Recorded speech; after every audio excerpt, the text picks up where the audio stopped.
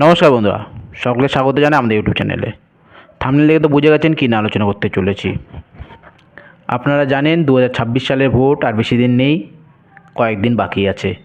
সেই জায়গায় দাঁড়িয়ে প্রতিটা দলই তাদের কম বেশি প্রার্থী তালিকা ঘোষণা করেছেন। এই মুহূর্তে 2021 সালে ভোট হয়ে গেছে, বিধানসভা ভোট। 5 বছর পরে আবার 2026 বিধানসভা ভোট। এই দক্ষিণ 24 পরগনা জেলায় 31টি বিধানসভা আছে। সেই 31টি বিধানসভার মধ্যে কে কয়টি আসনে 2026-এ এগিয়ে থাকতে পারে সেটা নিয়ে আপনাদের মাঝে আমি কিছু আলোচনা করছি। তার আগে আমরা জানি 2024 সালে লোকসভা ভোট যখন হয়ে গেল, সেই লোকসভা ভোটে 31টি সিটের মধ্যে 31 সিটে এগিয়েছিল তৃণমূল কংগ্রেস। এবং 2026-এ এই মুহূর্তে যদি ভোট হয় তাহলে কে কয়টি আসনে এগিয়ে থাকতে পারে। তো 31টা বিধানসভা নিয়ে মধ্যে কিছু বিধানসভা আজকে আলোচনা করছি, তার মধ্যে উল্লেখযোগ্য বিধানসভাগুলোই থাকবে। সর্বপ্রথম বিধানসভা আসে কাকদ্বীপ বিধানসভা। এই বিধানসভাটি 2026-এ একটা হাড্ডাহাড্ডি লড়াই হবে তৃণমূল কংগ্রেস বনাম বিজেপির মধ্যে, এবং একটু হলেও বিজেপি এখান থেকে বেনিফিটে থাকতে পারে। এরপরে আসছে সাগর বিধানসভা। এই বিধানসভাতেও তৃণমূল কংগ্রেস এবং বিজেপির মধ্যে একটা হাড্ডাহাড্ডি লড়াই হবে, এবং এখানে বিজেপি একটু হলেও এগিয়ে থাকবে। এরপরে আসছে সোনারপুর দক্ষিণ।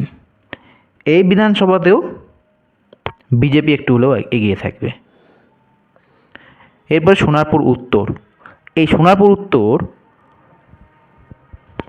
বিজেপি এবং তৃণমূলের মধ্যে একটা ফাইট হবে, এবং তৃণমূল কিছুটা হলেও বেনিফিটে থাকবে। এরপর আছে বেহালা পূর্ব। এই বেহালা পূর্বে এবার ত্রিমুখী লড়াই হতে চলেছে, জোট বনাম বিজেপি বনাম তৃণমূল কংগ্রেস। এই হাড্ডাহাড্ডি লড়াইয়ের মধ্যে একটু হলেও তৃণমূল কংগ্রেস এগিয়ে থাকবে। এরপরে আসছে বেহালা পশ্চিম। এই জায়গাতেও ত্রিমুখী লড়াই হবে, জোট বনাম তৃণমূল কংগ্রেস বনাম বিজেপি। এরপর আসে ভাঙড়। আপনারা জানেন আইএসএফের একটাই বিধায়ক, নাম হচ্ছে নওশাদ সিদ্দিকী। এই আজকে তৃণমূল কংগ্রেসের প্রার্থী তালিকা ঘোষিত হয়েছে, এবং সেই এবার ভাঙড় থেকে দাঁড়াতে চলেছে শওকত মোল্লা। আপনারা জানেন ভাঙড়ে আইএসএফের শক্ত ঘাঁটি। এই শক্ত ঘাঁটিতে একটু হলেও কিন্তু আইএসএফ এবং বামেদের মধ্যে যে জোট হয়, সেই জায়গায় আইএসএফ কিন্তু এবার একটা ভালো ফল করবে। এবারও আইএসএফ জিততে চলেছে এই ভাঙড় বিধানসভা থেকে। তৃণমূল কংগ্রেস সেখানে অনেকটাই পিছিয়ে থাকবে। এবার আছে যাদবপুর। আপনারা জানেন যাদবপুর একসময় বামেদের শক্ত ঘাঁটি ছিল, কিন্তু 2021-এ বামেদের ভরাডুবি হয়, যাদবপুর বিধানসভাটাও হাত থেকে চলে যায়। কিন্তু এই 2026 বিধানসভা ভোটে যাদবপুর থেকে দাঁড়িয়েছেন বিকাশ রঞ্জন ভট্টাচার্য স্যার। এই যাদবপুর থেকে এবার একটা দুইমুখী লড়াই হবে, তৃণমূল কংগ্রেস বনাম জোটের। এবার আছে ক্যানিংপুর পূর্ব। ক্যানিং পূর্ব, এই ক্যানিং পূর্বে এবারও দুমুখী লড়াই হবে, জোটের সঙ্গে তৃণমূল কংগ্রেসের, এবং একটু হলেও এই ক্যানিং পূর্ব থেকে জোট এগিয়ে থাকতে পারে। জোটের সম্ভবত আইএসএফ প্রার্থী দিতে পারে, তো সেখান থেকে জোটে এগিয়ে থাকবে ক্যানিং পূর্ব থেকে।